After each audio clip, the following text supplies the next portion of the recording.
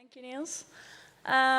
Today I want to talk with you a little bit about some of the campaigns we made for Verdun and how we actually started making them. I hope it will inspire a little bit how you can start setting up a campaign.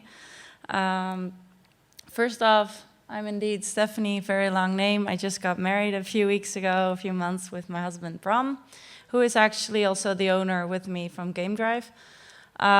Which we basically started, I think, about 2-3 years ago. I came out of a game company, an international one. It was great, learned a lot.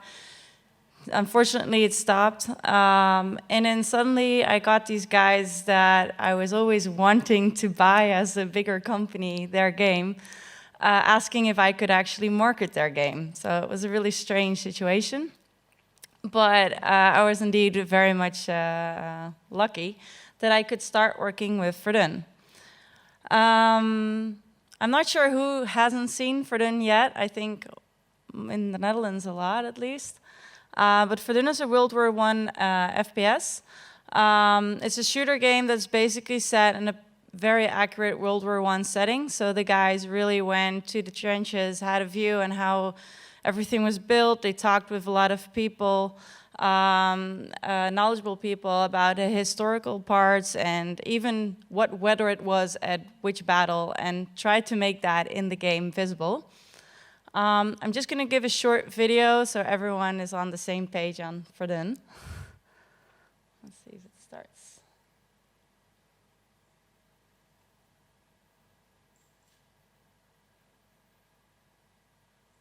We'll go.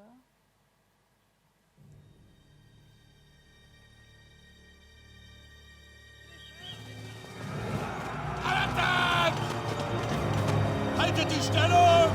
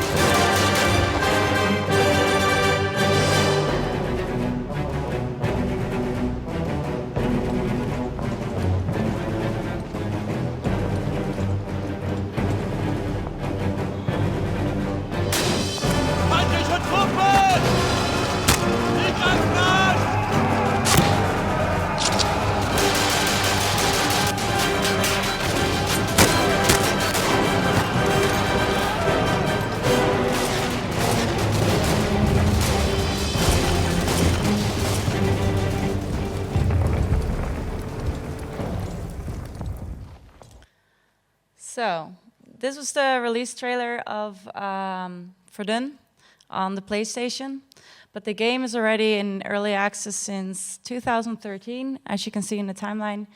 The game started, and basically it's as I actually see with a lot of games. I'm not sure if you just saw also the presentation from Manuel. I've seen as well in my former, the company as well where I worked, that we often see spikes after release. Basically, especially with a multiplayer game. Because you need to keep the CCU up, you need to keep people going to your game, so you need to keep pulling stuff to get people to your game and getting your game better and better and better. With Verdun, we had the same thing. We needed people in to get the right balance, and we needed to make sure that once we felt the game was good, we could continue selling the game to a bigger public. So with this spike, you might see we had a few campaigns. One of the bigger ones of them is the Christmas Truce, which we'll talk about later on. We had the PlayStation launch, which actually also had an effect on the Steam sales. It's basically all Steam, what I'm showing right now. And we had a centenary, for example. We had about, I think, 10, 15 campaigns to so far. One of them was also a sales summer, kind of a summer event.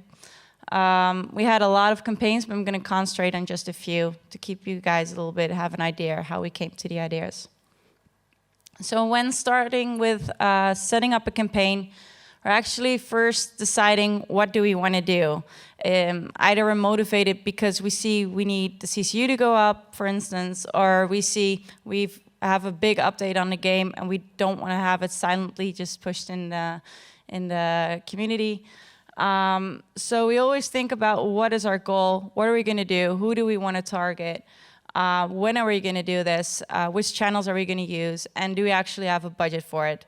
Well, in the beginning, we didn't have a budget. It's with most indie games. You start with 0, but if you're very creative, you can still do a lot. So when I just came to work with them, they did an update in April, and we actually restructured all our channels. We made sure that it was really clear what the key features of the game were. One of the key features was their squad gameplay, the frontline game modus, which is really nice, but you can't really see. And it's pretty hard to explain what is special about that modus. So what we actually did is we made sure that another key feature which they had was the World War I realism that they had in parts in the game, that we just would enforce that in the game and enforce that in our communication. So one of the things we did is we changed the logo. It was added that it was 1914, 1918 and not another Second World War game. We wanted to be the first real World War I FPS, very clear, straight at the first banner. This banner has been alterated. We have better ones right now, but this was what we started with. And as we had no money, we basically had pretty good Facebook amount of people, but not really the hardcore gamers that we wanted to reach, or the World War fanatics, which was a new strategy where we also wanted to point our angles a little bit more. So after the big update, we felt the game looked better, it played better, and now we were ready to see if the marketing strategy would work if we would just focus a little bit more on our key selling points in our communication. So what we did is we set our goal. We wanted the community that we had to revive again. We wanted to see if they could grasp this, if it would work, if we would post on Facebook information about what happened 100 years ago or something, or what happened in the trenches, or how they lived in the trenches, like stuff like that. And we actually saw a lot of people getting interested in going up. So in our first campaign, we started up with bundling our forces, having the update in April, and having a whole community thing going on around the World War I centenary, which was in the end of July. And we had like a newspaper giving all the information about the release. Let me think, we had the post, we had a big giveaway every day. People could participate again in a daily prize win. And with Steam, we had talked, because we didn't have any reach, and we talked that we changed our strategy and that we wanted to bundle it with the realism and also with this historical dates and stuff. And they actually wanted to give it a go. It was basic as how they said it, which is really nice because, like Manuel just also said, being on the front page is just a big thing for a small game. You get suddenly a lot of visibility for your game. And in their course, if you saw the timeline, it actually gave them a really, really, really big spike. It was the biggest with the Christmas Truce so far. So it was a good one. So that meant we got it in press, we got everywhere. So it meant we actually were hitting right. We weren't there yet, but people were starting to talk about it, and on Steam it was, at least in the community and stuff, it was going.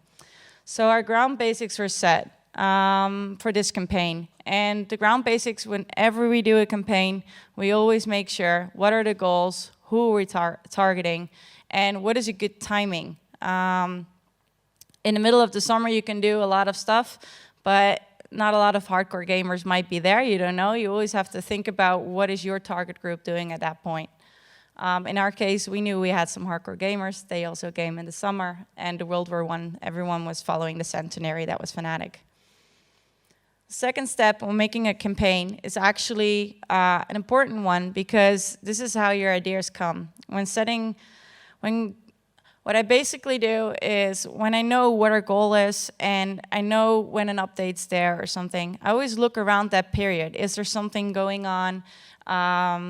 What is the update? Is there something new in it that can interest people? And I go read about it. Actually, everywhere on the internet, I just go read stupid stuff. I don't know how much I learned in just a full day reading.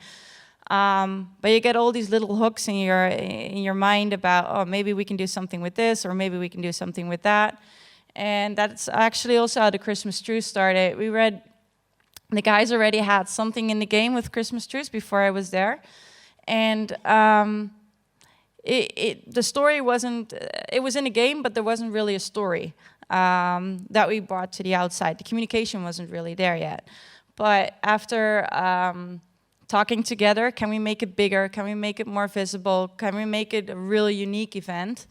And what is the story? The story was with the Christmas Truce that people, at least the French and the German, they stopped playing, they stopped shooting, and they basically went playing football, although that one is still a little bit in the court, but they exchanged Christmas greeting, Christmas cards.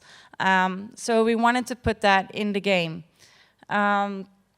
To get that story going, to get the vibe going. So that's how we actually, with a lot of information, improved the concept that was there and made sure that we can actually bring it in a campaign and bring it to the outside. We really, with this Christmas Truce, we wanted to get the press to write about it. We want influencers to play it. We want players to talk to others saying, oh, I played football in a game in the snow. We threw snowballs to each other and got points for it in the game while it's a shooter game. We wanted people to talk about this. So in 2014, it was a good year because it was exactly 100 years since the World War I, the first Christmas Truce was there. And to make sure that this would be something we could do every year, we just made sure you can only do it around Christmas. So it was only 2-3 weeks available, nothing else. At that time, we also had it only between the matches, so you couldn't play it all the time.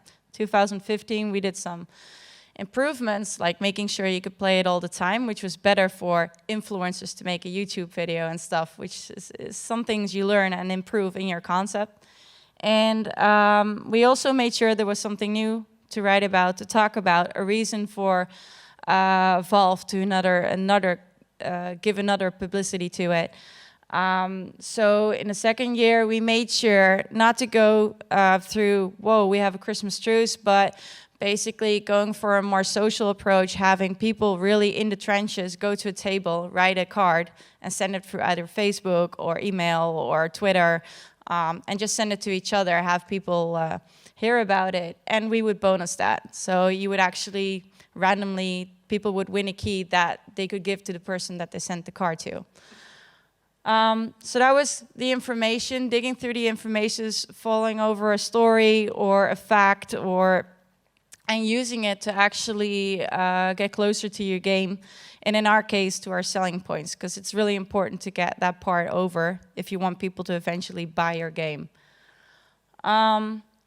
After that, searching around, you find your angle. Like I said, I just explained how we got to the Christmas Truce angle, and I just added here another totally different other campaign, basically to show you how it goes in the same way. So now with the PlayStation and with Battlefield 1 coming up, a lot of people are recognizing Verdun as also the other World War I game. Well, we were the first, so we still want to make that claim, and we want to make us as little ones. We want to shout that loud.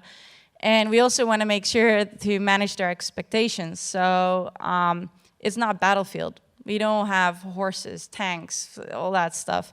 It's not as shiny with big explosions and everything. It's still an indie game, it's a hardcore game, it's a gritty game, but we're realistic, and that's a totally difference as well with the Battlefield 1. So indirectly, we wanted to learn people about this, teach people about it. So basically, we've been digging around, like how can we share something authentic about the World War I, have people share stuff or talk about something authentic to make sure that when they also read about Battlefield, that they can react, oh yeah, but that's totally something different. So in this case, we actually saw a lot of our fans post pictures always of their whole collection, the World War I fanatics. They would send us images, look what I have, or in uniform, and all that stuff. But getting to the bigger crowd, they don't have a World War I uniform, but everyone has a shovel in the garden. So that was basically the thing that we said, okay, it's still World War I, and introducing a use of it. And basically, it's close to the trenches, close to Verdun. We're going to use that as an angle. We didn't come up with a great hashtag. We had, like, I think a list of, I don't know, 50 or something. And in 1 minute, one developer said, oh, let's make it digging Verdun. So that's how we got to eventually a good hashtag together with the developers. Finding ideas on these sharing events or something, you don't have to come up with them all by yourself. There are so many examples, and you can improve them and get them really close to your own game on how you want to bring it to the outside. You don't have to be too mastermind about that. After that, once we have an idea, we always pitch it first. We also always we talk about it, and we actually ask, what do you think about it? Would you like to do it? Would you participate? Do I have the budget for it? Do I have the reach to have something go viral? Which channels are you going to use? Are the channels good enough, or do I need to set something new up, a new page or whatever? In this case, we needed to make sure that it was really easy to do. We needed to make sure that people were understanding our angle. So we actually tested it, basically. We put up a Facebook post, which got, like, I think almost 3K likes, just giving an answer on, is this World War I, yes or no? True or false, stuff like that. And then we saw, okay, they're interested in the realism. So it's not just us wanting to prove that we're different, it's also that the community is interested in these facts about what the difference is. So with this campaign all around PlayStation release, we actually had a lot going on, but all with one angle, making sure people know the difference. So we got the angle, and we worked it out. Basically, I work out everything in like 3-4 pages, like the posts, the tweets, just one or two, and then eventually when you're there, you can always make up new and better ones. But just to make sure I don't get stressed out, or when something goes wrong, I can actually also help on the support side and stuff. But also to make sure in your head, when you read it up later on, that it is all one line. You're not like doing 1,000 things, you're focusing on one message. So basically also when we have all the visuals together made with the developers and stuff, we make an overview and we look if it's all the same look, feel, message, everything. So it's really clear, one message.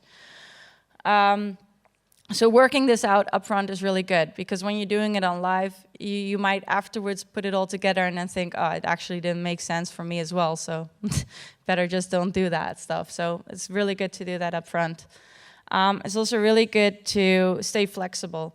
The good thing is from working really close with M2H and Blackmill Games on Verdun is that basically they're honest. That's exactly what a marketeer also wants.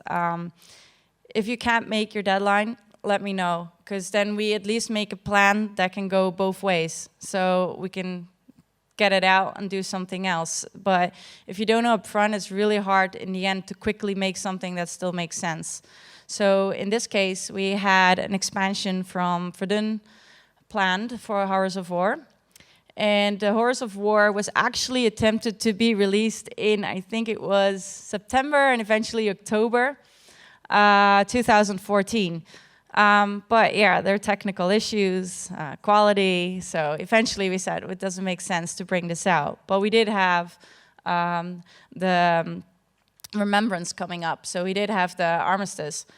And as we were constantly in a rhythm of being historical, making sure all these dates were there, making sure the community was involved, we couldn't really pass it away. So we tried in a respectful way just to have people share this thing on their own profile, which was with and without the logo, because we don't want to push boundaries on respect and stuff. So we just tried to show respect and not have people push that they are making advertisement for us, basically. The Horrors of War expansion eventually went half a year later in 2016. And, oh, that's this year even, geez. And basically, we focused there on what is new. So the gore was new, which is on default off, again, for the respect, and not everyone's really happy with it, but it is realistic to have. We had new squads, which we localized in our campaigns to American squads, and can't come up with the English squads and stuff that we had that really focused to which country they were. So when we made up this plan, we actually already made sure that we can kick it out or keep it in. And that's about being flexible and working it out in details on time, so you're never stressed about what's going on and you still have an overview on what is. So that's your moment. Now you're shining, you have to go. Going straight away out of nothing is really scary to do. Like I said, we always try to test 1 or 2 things up front, but we always also start a buzz up front. So we always have stories that suddenly are about something that you're working towards, or you're suddenly teasing with some material that you have, or you're doing a countdown really obviously. Basically, we always make sure that we create a sort of momentum. People are building up. We make sure the community is involved. So the community already knows upfront that something's coming, and your MVPs are already up to date. That date, something's coming. So he's ready, he's sitting ready, and he's going to help around that period push your message. Use your allies as basically your MVPs, but also Valve, simple, but all other distribution platforms, if you have advertisements, your advertisers, everything, you all make sure that you always keep everyone involved and enthusiastic, and that they know what the message is. Don't tell them too much, tell them directly what it is, and show a visual straight away before telling them, because it just makes more sense for them to capture what your idea is. I already mentioned before, be clear about your message. Keep it one style, keep it one call to action. Don't go jumping around. People just need to be really easy and see it constantly so they feel comfortable with it and they get curious about it. Entice people as well. If you want the community to help you push this message, reward them. And not a reward like, if it's 5 million likes, then I'll maybe give one person a key. No one will go. No one will even help you with your campaign. Make sure it's always something that they can make it. So when we had the daily prize giveaway, every day everyone could participate again. It wasn't a one-time entry. And there were at least 20 things on a day that they could win. It wasn't just one little thing that they could win. That meant that a lot of people would constantly go back and constantly try and send us messages on the hub and on social saying, oh, I participated again, which is again also for you the buzz that you want to create on all your channels. Evaluate. It's always boring evaluating your campaigns. It takes time. You want to do something else. You want to look for the next campaign. Unfortunately, it does give you like kind of a reality check sometimes. So even if you had a goal and you thought, oh, I made that goal. It was a fine campaign, I don't have to review it. Every time when I review it, I always see something surprising like, oh, I didn't even focus on getting the engagement factor higher on Twitter or whatever. And then suddenly I saw that went massive. Well, we didn't even focus on the channel. it is good because you also learn where your public is. So it's really good to check your numbers, and it's really easy also to see where the traffic came from if you have your analytics in place. And reading analytics is a job, but getting a sense where it is, there are a lot of basic things you can learn already on the internet to just see if your results were good or not good or where they came from. With Verdun, we had a lot of things we learned. Yes, we also had a very successful period so far, and we're still working on it. We hope to get an Xbox soon. But we also have learned along the road. And I basically put up a few things that I hope that will help all of you when you're making a campaign. Foresee the outcome. Like I said, we were really happy every time we got our goal. With the World War I centenary, we were really happy with how many people would participate in the giveaway. But last minute, we came up with the idea to host a giveaway on our website, which was easier than through all these tools that you can get on social and stuff. Let's just do it on our own site. Mike, he just like programmed something really quickly, and we're really happy about it. But on the long run, I have no relationship with them. I can't target them again. I have nothing with it. So on the long run, the engagement goal wasn't there. Only short term, I got what I wanted. In that sense, it's sometimes when you have a plan, it's really good to always go back and look at the full picture that you wanted to have as a strategy and see if it still fits the campaign. The campaign is just a minor thing to get to your full strategy. And it's just always good to look back where you could have done that better. Then stay true to your game. I see a lot of games making every holiday, Christmas, Thanksgiving, everything. They're going to make a new shirt for their avatar or a new tool in the game, and only so they can participate in the holiday and then say, oh yeah, we also have something new, and yes, we're also participating, and yes, I can go in a sale. With the multiple games that we're active with, we really feel you should stay really true to the core of your game. Choose 2, max 3 key features that you want to push constantly, and make sure when you want to do this stuff that it really fits your game. If we would now do something crazy like have ponies with, I don't know, purple hair or something in the game, it wouldn't work. It's realism. I can't really put a horse like that in the game, and I can't really say, oh yeah, but now I'm also attractive for girls. You know, like it's not how it works. So always think, is this something that actually will strengthen my game? Yes or no is basically the question you have to ask yourself. Think bigger. We actually thought the Christmas truce was really nice. So we actually thought, oh, let's do this campaign, and then hopefully the gamers will like it. Well, we actually got picked up by the daily news and stuff. We got like picked up by general press that we didn't think we would actually hit. And even YouTubers that never did games were suddenly streaming the game. Basically, think if your topic is interested, and it's not only interesting for the gamers, but also for something outside, think about it, because we actually got a lot of people from it. I'll quickly go through the other ones, because it's almost time. Keep an eye on your goal. It actually already says what it is. Calculated risk, I already explained. We always have to make sure sensitive stuff are done on a respectful way. So we normally always give and teach instead of like only go sell, sell, sell, sell. Team up, I already gave some examples how good it is to work together. You basically really learn. From marketing side, I learned what is easy, and from a development side, when they say, oh, we're going to make this in a game, and I'm like, why? What will it strengthen? What will it do? Like, you challenge each other. It's really good to do it together. Attract attention.